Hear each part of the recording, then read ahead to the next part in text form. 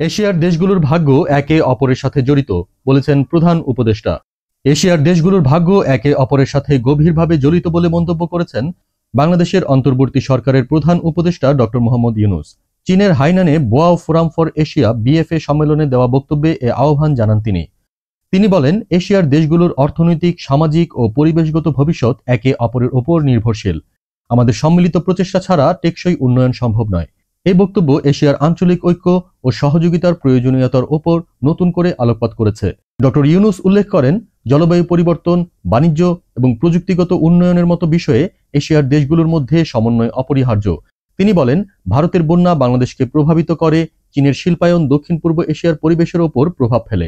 আমরা যদি একসঙ্গে কাজ না করি তাহলে আমাদের সবাইকে ভুগতে হবে। তিনি আরও জানান, বাংলাদেশ এশিয়ান দেশগুলোর মধ্যে সেতু বন্ধনের ভূমিকা পালন করতে প্রস্তুত। এই প্রেক্ষাপটে তিনি সার্ক ও আসিয়ানের মতো আঞ্চলিক সংগঠনগুলোকে আরও শক্তিশালী করার আহ্বান জানান। অনুষ্ঠানে উপস্থিত ভারত, চীন, জাপান, দক্ষিণ কোরিয়া ও ইন্দোনেশিয়ার প্রতিনিধিরা ডক্টর ইউনূসের বক্তব্যের সঙ্গে সহমত পোষণ করেছেন। ভারতের প্রতিনিধি বলেন, এশিয়ার অর্থনীতি বিশ্বের মেরুদণ্ড হয়ে উঠেছে। আমাদের সম্পর্ক জোরদার করা এখন সময়ের দাবি। এদিকে চীনের প্রতিনিধি বেল্ট অ্যান্ড রোড ইনিশিয়েটিভের মাধ্যমে এশিয়ার দেশগুলোর সংযোগ বৃদ্ধির কথা উল্লেখ করেন।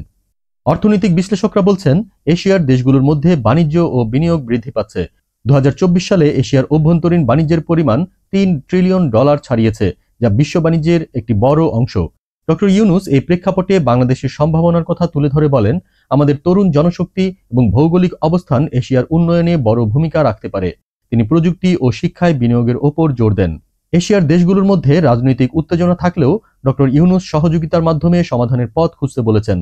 তিনি উদাহরণ হিসেবে বাংলাদেশ ভারত পানি বন্টন বিরোধের কথা উল্লেখ করে বলেন, আলোচনার মাধ্যমে আমরা সমাধানে পৌঁছাতে পারি। অনুষ্ঠানে পরিবেশবিদরা জলবায়ু পরিবর্তনের প্রভাব নিয়ে উদ্বেগ প্রকাশ করেন। তারা বলেন, এশিয়ার দেশগুলো একসঙ্গে কাজ না করলে বন্যা, খরা ও দাবানলের মতো সমস্যা আরও তীব্র হবে।